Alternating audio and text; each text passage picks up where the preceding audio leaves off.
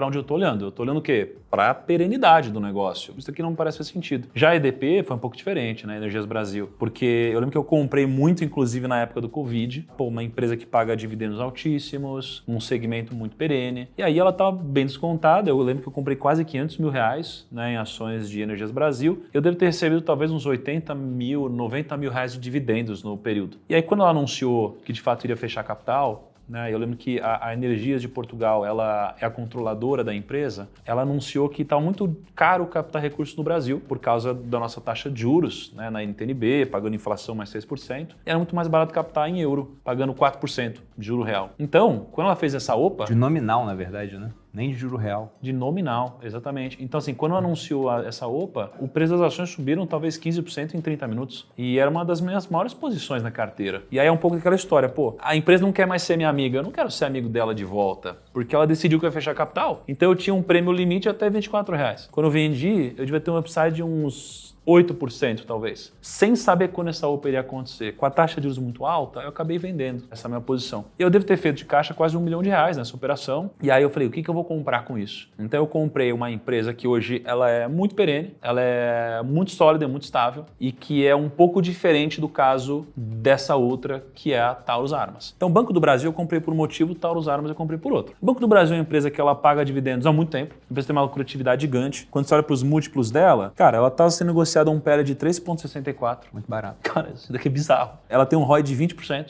Muito acima, né, da taxa de juros básica. O preço sobre valor patrimonial que você falou, ela está sendo negociada a 0,72. 0,72 com ROI de quanto? Com ROI de 20% e com PL de 3,64. Eu fiz uma conta aqui rápida, porque eu sempre estou olhando esse ROI comparado com o preço valor patrimonial. Porque se vamos supor que meu patrimônio é de 1 milhão, se eu invisto ele no Tesouro Selic, a rentabilidade sobre meu patrimônio vai ser a Selic, 13,75, antes de impostos, né? Rentabilidade bruta. Se eu pego esse 1 milhão e invisto no Banco do Brasil, se ele tem um ROI de 20%, o meu resultado no longo prazo tende a ser mais ou menos isso, que é o que ele consegue rentabilizar o patrimônio do próprio banco. Só que eu estou comprando uma nota de 100 por R$70 nesse caso. Então esse ROI ajustado, já que eu estou comprando o valor patrimonial dele mais baixo, vai para quase 30. Perfeito. É muito alto. É muito alto. E aí, enfim, você tem esses dados e o dividend yield de Banco do Brasil está em 10,6%, que é um dividend yield muito interessante também. Qual que é o ponto, né? Você tem duas coisas que a gente talvez deveria se preocupar. Primeiro, a interferência governamental, que eu sei que existe. Só que, cara, existe uma assim, tá tão descontada, ou pode estar tão descontada, que talvez já esteja embutido o preço. Uma coisa que eu aprendi é o seguinte, quando as pessoas estão muito pessimistas, elas já embutem o pessimismo no preço. Quando as pessoas estão muito otimistas, elas embutem, né, um prêmio sobre isso também. Então, quando tá todo mundo pessimista, cara, eu já tenho uma certa segurança caso dê algum problema. Aí, por um PL de 3,64, já que é absurdo. Então, eu comprei o Banco do Brasil, foi uma compra relevante, e a minha cabeça foi a seguinte, eu comprei mais ou menos 18 mil ações. O Banco do Brasil pagou no passado R$ 4,17 de dividendo por ação. Isso é que significa que eu aumentei a minha renda passiva em mais ou menos R$75 mil por ano, que talvez dê uns R$6.200, se eu não me engano, por mês. Então, ao fazer esse investimento, eu tenho agora R$6.200 a mais caindo na minha conta todo mês. Então eu posso pegar esse dinheiro e posso comprar novas cotas. Então acho que essa lógica de aumentar, digamos assim, o meu solo fértil, aumentar o número de sementes que eu tenho plantadas, vai fazer eu acelerar esse processo. Já outra empresa que eu comprei tem uma característica diferente, que é a Taurus Armas. É uma empresa que ela passou por um processo de turnaround e ela conseguiu passar por isso de uma forma muito bacana. Ela praticamente, eu não vou falar que quebrou, mas passou por um momento muito difícil há um tempo atrás. Ela conseguiu se reerguer e hoje ela tem uma grande parte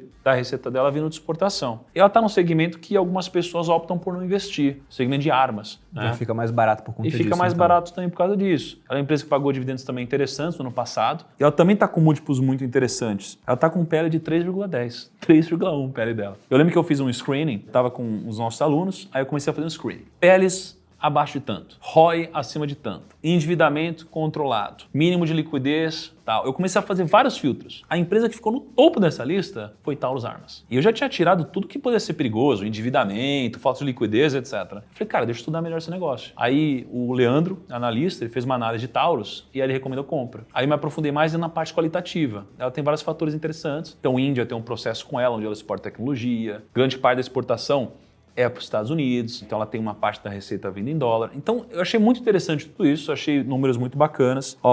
É que não dá para usar o ROI dela do ano passado como parâmetro, né? Foi muito alto. Foi um ROI muito alto. O PSOVP um pouquinho acima de 1 e o dividend yield acima de 10. Então é uma empresa que eu espero que vá pagar dividendos, mas a minha expectativa não é que isso aconteça hoje. Mas eu acho que é legal você ter na carteira algo que te gere uma renda hoje e algo que possa gerar uma renda crescente ao longo do tempo. Então se você olhar para o que vem acontecendo com o Taurus, depois da mudança de gestão deles também, é uma coisa que me deixa muito feliz e tranquilo. Então eu peguei mais ou menos esse R$1 milhão, talvez um pouquinho mais, e dividi nessas duas empresas, um pouco mais em Banco do Brasil, um pouquinho menos em Taurus.